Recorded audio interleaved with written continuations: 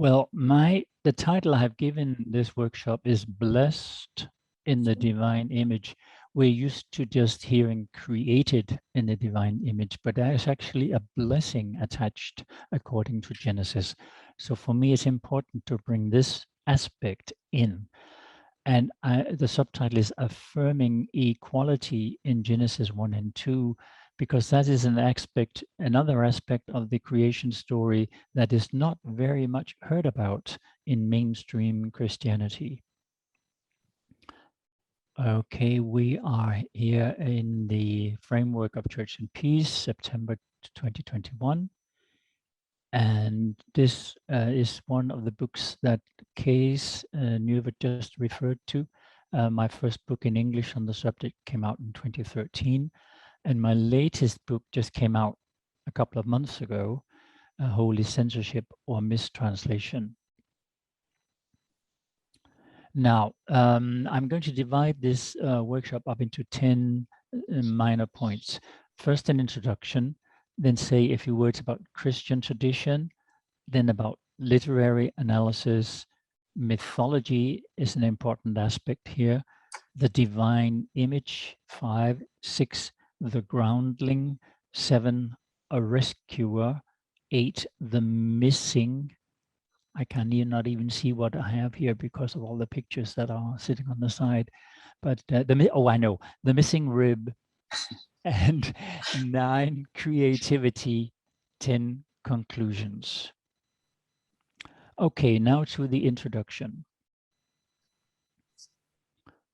I don't know if you can see the top part here. It's very difficult for me, but it is meant to say the title at the very top, at the start, God created.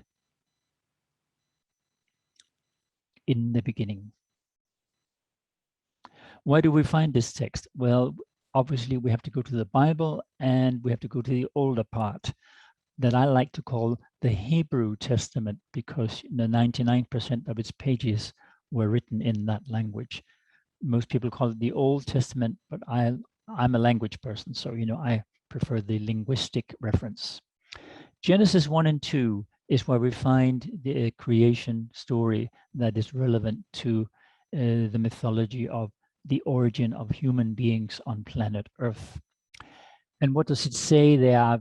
This is just a very brief introduction. I will get into more details later. And God created the Adam in God's image, and male and female.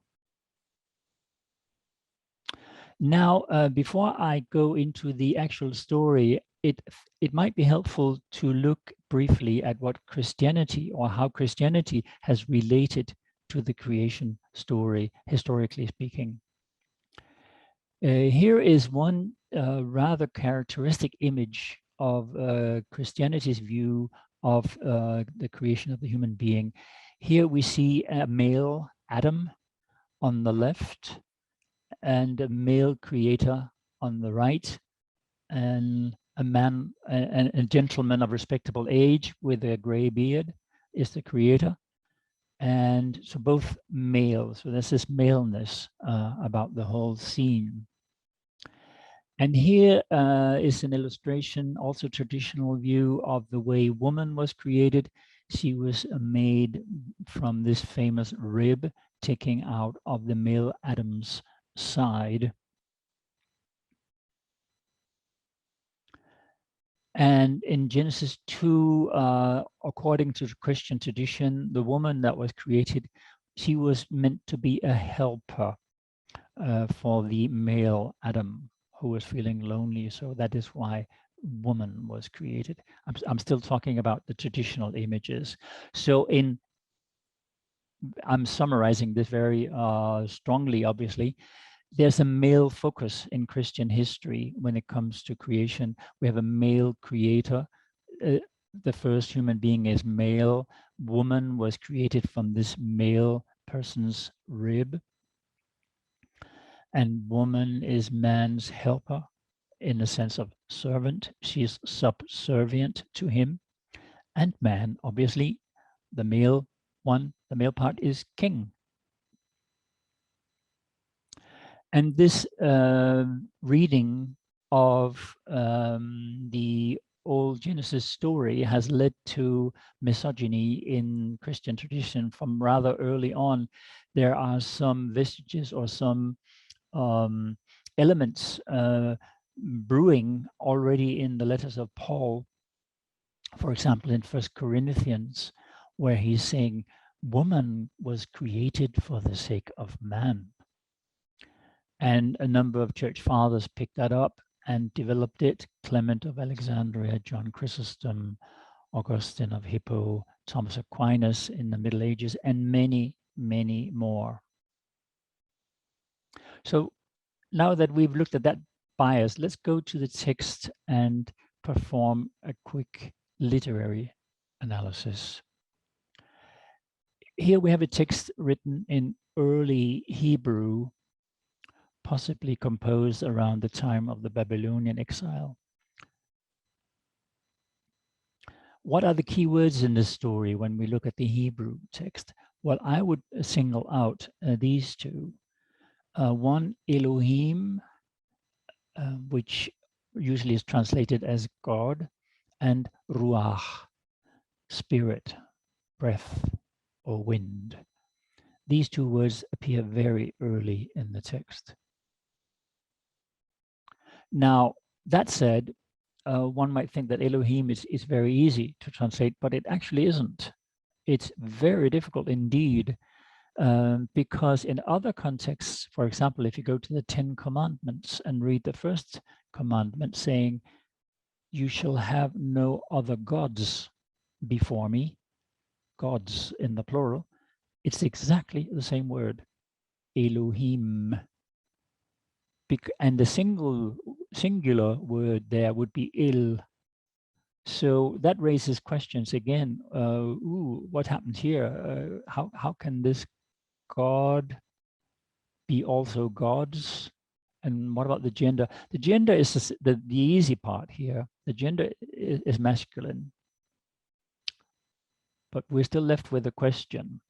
And so to translate this Elohim bara to God created, there is only one justification for that, and that's in the verb bara, because bara means he created. So that settles the problem of plural or singular, Elohim bara, because we can't have several gods creating in the singular. So that is why most translators simply choose to say God created. But we're still left with a number of tensions here. The typical translation, God created, Elohim bara.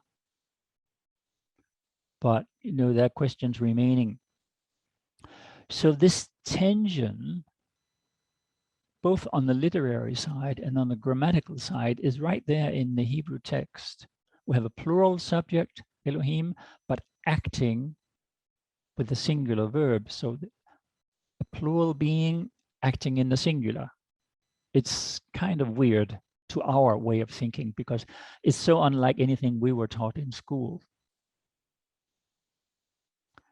So that, I think, it might be helpful to have a quick excursus into the realm of mythology.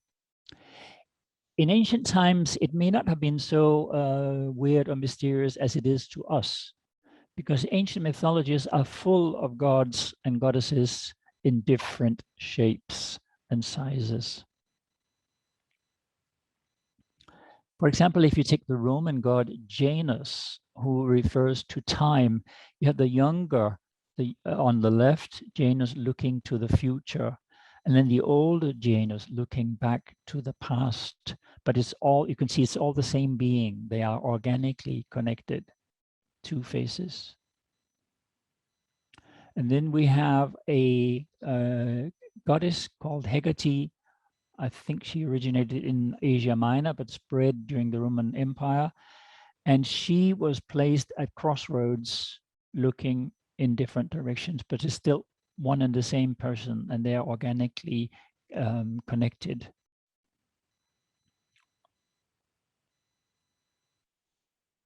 So we can see in the ancient world, diversity was quite normal. when people thought about the divine, gods with different faces and different bodies, all at the same time being one. So now let's go back to the Genesis text and look at the divine image. I mentioned earlier ruach, which can translate in several ways: spirit, breath, or wind. This is really interesting because here we have a different gender. We just saw earlier on that Elohim was masculine, but ruach, which appears very soon after, is feminine. So when we come to this famous phrase, let us make an Adam after our likeness, some Christians who have read the Bible in translation have not been able to see what I have just pointed out to you. So their interpretation is quite different. And so some have suggested, some theologians, oh, well, here we have the Holy Trinity at work. Or maybe this reflects the heavenly hosts of angels and what have you. And that would explain the us and our. The problem with both of these interpretations is that neither is present in this part of the Hebrew scriptures. And they are they belong to a later age. So it doesn't really help us much to explain the text we're reading. Let us make an Adam after our likeness. So, and who speaks? Well, it's actually Elohim saying this. Elohim, the creator, let us make an Adam after our likeness. Okay. So is this then the plural aspect of Elohim speaking or what? But I must add, he's actually speaking in the singular. So again, that tension is just sitting there and won't go away. I feel it's the obvious way is actually what's right there in the Hebrew text before our nose. We've got Elohim working and we've got the Ruach working. The Ruach, the spirit hovering above the waters, watching and being part of the creation process. There's two of them working together. Elohim, masculine, and Ruach, feminine. And that is a pretty logical explanation because they've been mentioned earlier, both of them, us and our. And so we get this interesting text in 127, which is of special interest today. And God, and I'm putting this S, sort of in parentheses, just to remind you that the word God is complicated, it's complex. And God created the Adam in his image. God created it in the image of God. Male and female, he created them. Ooh, what happens now? His, it, he, them. I think you can already feel now that there's a whole lot happening in this short text on the grammatical level and on the literary level. The creator is, we just mentioned, Elohim is both singular, acting in the singular, but nominally plural, okay? Is masculine and feminine. Both the masculine and the feminine are part of the creating divinity. And the best or the most helpful explanation for me, I found that in Jewish theologians, they point out that the divine is beyond human categories. So in a divine sphere, it doesn't matter. Or rather, it is beyond our little boxes of masculine and feminine, singular and plural, and all that stuff. That's very normal for human languages in our grammar. We're taught that in school to put everything in neat little boxes. Okay. However, in the divine sphere, it goes beyond all that. God is greater than all our categories combined. The divine is greater. So that takes us now to point 6, the groundling. And why have I chosen that particular translation? Well, the fact is that the first human being is described in the Hebrew as Adam, okay? And if we look at the origin of that word that appears a little later, Adama, Adama means ground or dust, the ground we step on. And Adam is, in the Hebrew, the connection is obvious, right? It's very easy to see Adam, Adama, ground, dust, groundling, dustling. So it makes a lot of sense to translate this word this way. The groundling is the image of the divine. And for this reason, both genders are found in the groundling. The groundling is both male and female. And that is why the Hebrew narrator refers to them in the to this groundling in the singular and in the plural, just as the same as happens in the divine sphere. So, and at one point, the groundling is referred to as it, and soon after that, it's them, just as the divine is plural and singular at the same time. We could describe it with this picture. You've got a male side and a female side in this groundling.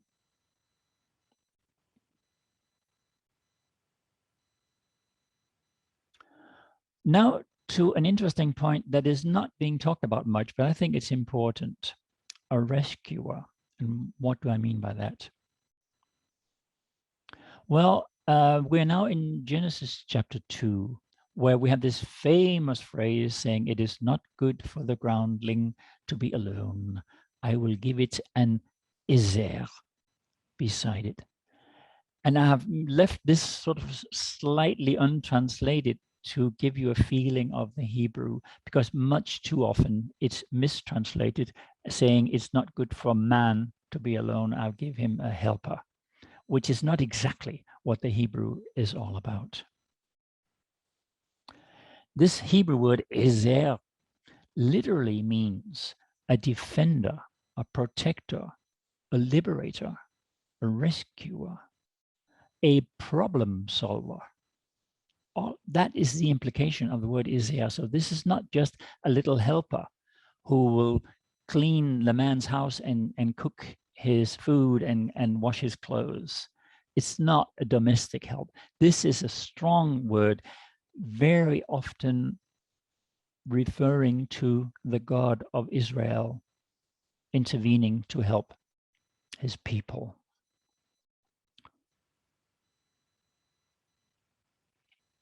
So ezer, defender, protector, liberator, rescuer, problem solver. It's a powerful word, applies to the God of Israel. So there is strength in this word. And woman, the woman we are going to meet in a little while, she is described as an ezer. She is a primary being. She's a primary part of creation, not a secondary helper for the man.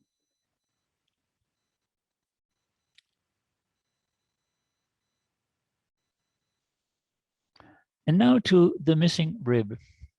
And I need to spend some time on this, although it may sound a little trivial, but it's necessary because it's in 99% of all Bible translations. Back to this picture, remember, where the traditional image of woman being made from one rib, taken from the man. I'm sorry, folks, but in the Hebrew text, there is no word meaning rib. Sorry to disappoint you.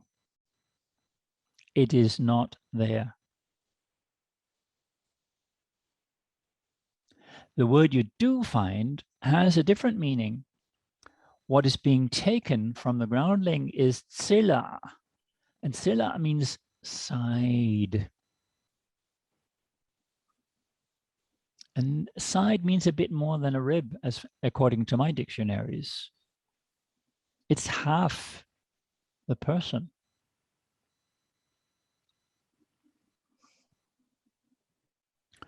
So here we have this famous scene, you know, where the groundling has been given on all the animals for company, and no animal is sufficient. So the creator realizes we have to make try a different solution. And so the text goes, the eternal God made a swoon fall upon the groundling. It slept. It's still the groundling here, folks. It's not the male. And now the interesting thing happens. The creator took one of its sides, and the eternal God built the side he had just taken into a woman. So this is an operation. It's surgery. Okay. You see God here coming maybe with an electric knife, dividing the groundling into two. And then the side that becomes a woman is built. Everything up so far has been made, created or made, but this woman part is built. We have an artist, an architect working here, okay, building the woman.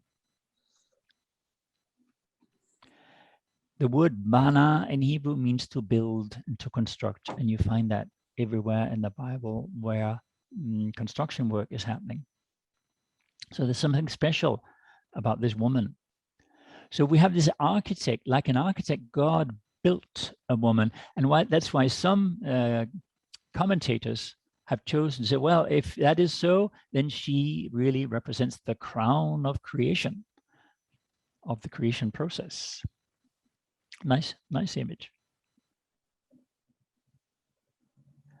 So as I was saying, we have this groundling with originally with a male side and a female side in one body. And through this operation, the two sides become separated. And how can I just say that everybody talks about the rib? Well, the very text explains it to you a little while later, because when then they are meeting each other again, the male says, as soon as he sees her appearing, ah, this is flesh of my flesh and bone of my bones, recognizing they are made of exactly the same material.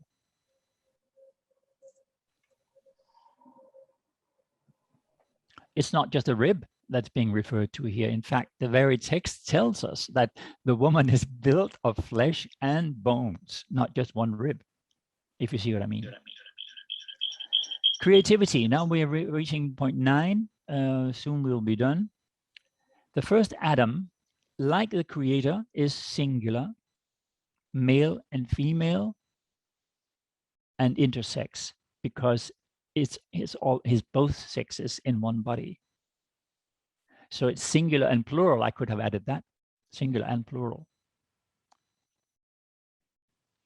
And now to this funny kind of blessing in 128, which goes, remember, we have one groundling so far, be fruitful and multiply.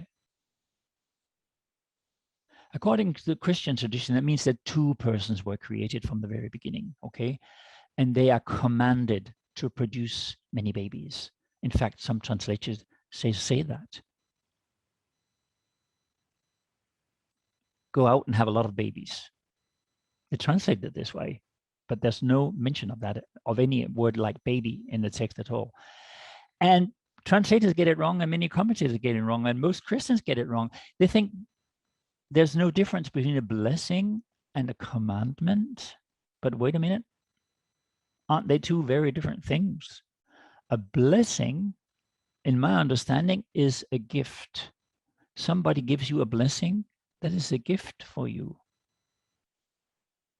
to enrich you, to make you able to do something. A command is an order that has to be obeyed, but they're two very different ideas.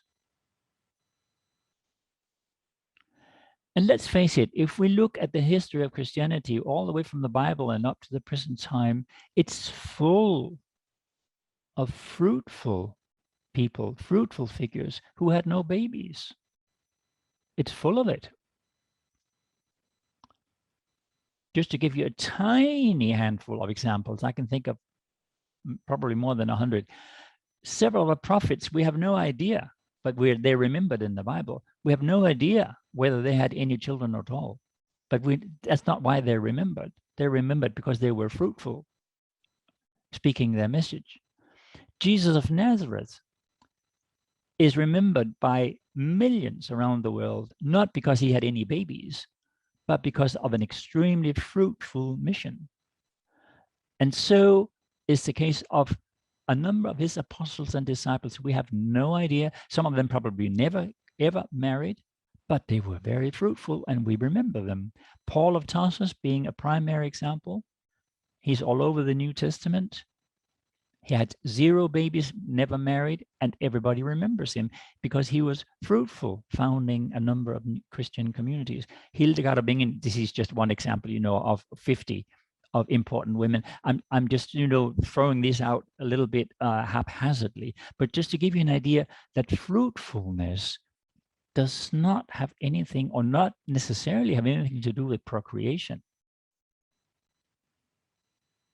I interpret this blessing, be fruitful and multiply, in the light of the parable that Jesus uses in Matthew, the parable of the talents, the importance of using the talents you were given at birth.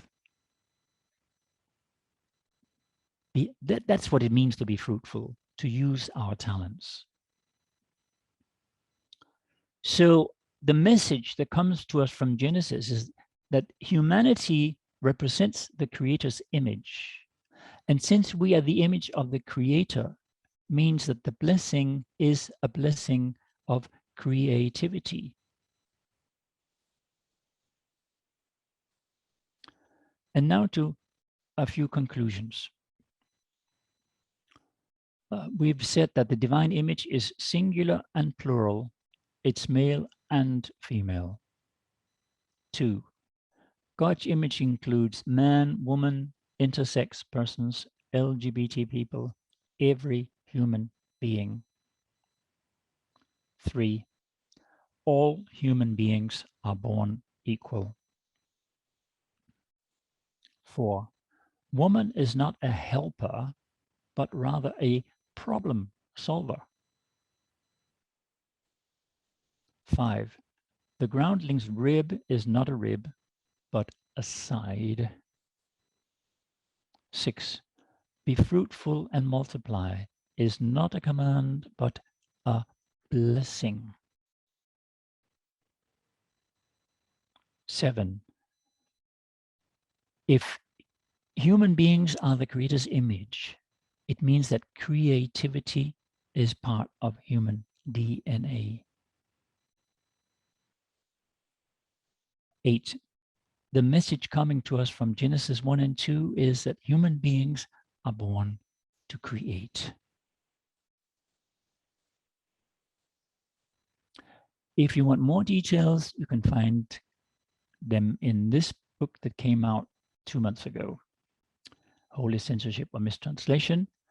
And this is now the end of my presentation, Blessed in the Image, in the Divine Image, Affirming Equality in Genesis 1 and 2. And thank you all very much for giving me company and sharing this time with me. And let's see what happens next. Thank you.